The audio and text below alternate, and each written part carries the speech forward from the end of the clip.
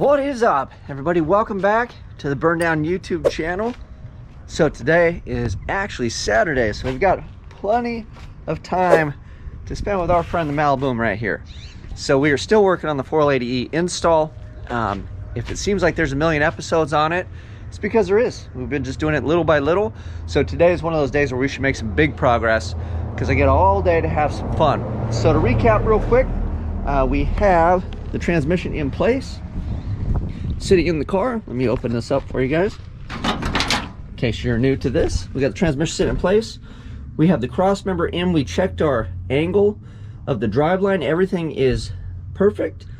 And then I started making room for the safety loop. So our goal for today is to get the safety loop installed in place, figure out how we're going to situate that thing, maybe figure out and cut the rest of whatever we need to. And once that is in place, we can kind of open the rest of this up a little bit, determine how much space we're going to need up there for fittings, and then we can start putting the tunnel back over this thing. Like I said, it's mounted in, the angle is correct, it's where it's going to live. We have the yoke, we made room for everything. Now we just have to put the driveline safety loop in and then cover the hole, and we are good to go.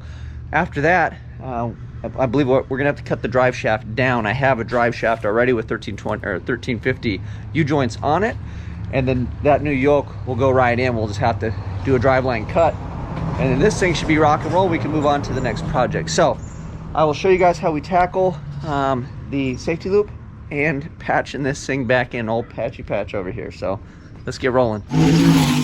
All right, there you go. We snuck up on it, centered in the brace.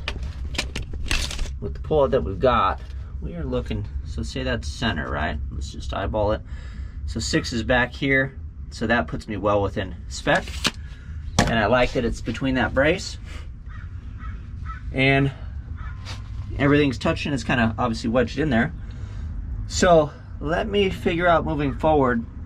Obviously, it'd probably be a good idea to tack this thing to the brace, like weld it, because I can weld it underneath to both sides. But I want to kind of look at it a bit better and see what we can do to get this thing attached in place. And then we're going to cover it with sheet steel, so I feel good about that where it is for the most part. But I'll bring you back when I decide how to facilitate attaching it. I don't think a couple welds on that side and that side to some thin sheet steel is really making me feel good about life. But I guess what we could do is maybe I can take that flat strip we have and weld it to this guy and then flat across the bottom and get a nice long weld on there and on here. And then I'd feel good about that because then I can weld thick steel to thick steel and then just slam it up in there and then cook that thing to both sides of the brace. Life is good. So I spent some time cutting the rest of the safety loop that I butchered and welded to my cross member apart, because I took some measurements on the safety loop underneath, and it turns out roughly if I had like 5 inches. So I measured this is 10.5. So if we cut this in half, that will give me 5.25 on the length, and then we should be able to weld this edge to the outside of that safety loop, and then it'll come off flat on the bracing that's underneath the car, and then we'll have a little arm sticking out, and I can just stitch weld this to the bracing that's there. So we'll weld the circle itself. We'll just grab a weld on that, maybe weld this thing to it, and then stitch it all up. I think I could just tack all this in the car, lay underneath and be miserable. But let me strip the rest of this powder coating, and then we will get this thing fit. And I think that's going to be our grandiose idea. So after a bit of struggle, a lunch break, and lots of cleaning stuff up, that is essentially what I came up with. So we should be good. I will double check the measurement from inside right now. We'll pull this out. I just have it tacked, and then the plan is, I was like, oh, maybe I should just bolt this, but this thing don't need to come out of the car.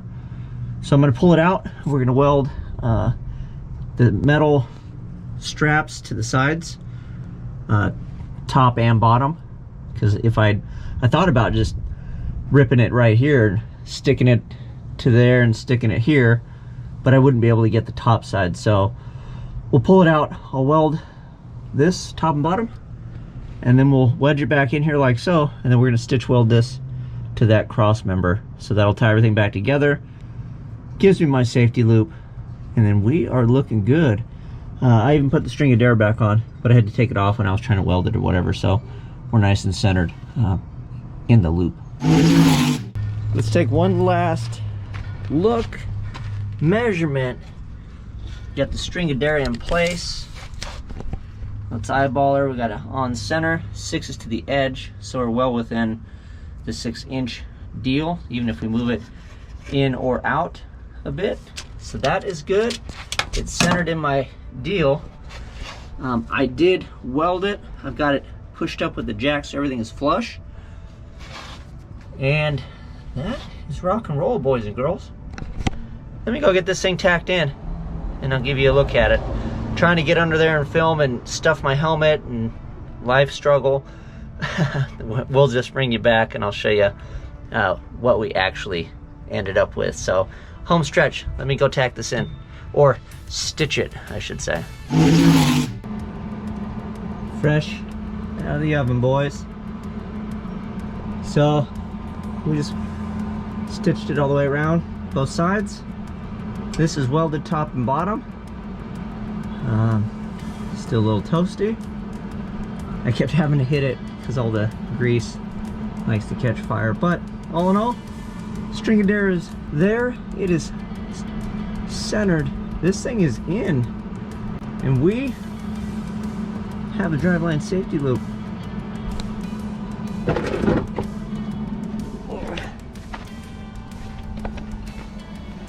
All right, well, I think that's going to do it for this episode, and we will keep going, but I think I'm going to split it here because that's a good short enough video if somebody wanted to see what I did on a driveline safety loop, instead of being like, hey, go to the middle of this video where I did other stuff too. So we'll call it here. That is the driveline safety loop.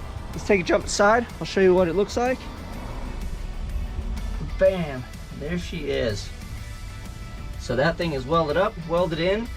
We are rock and roll.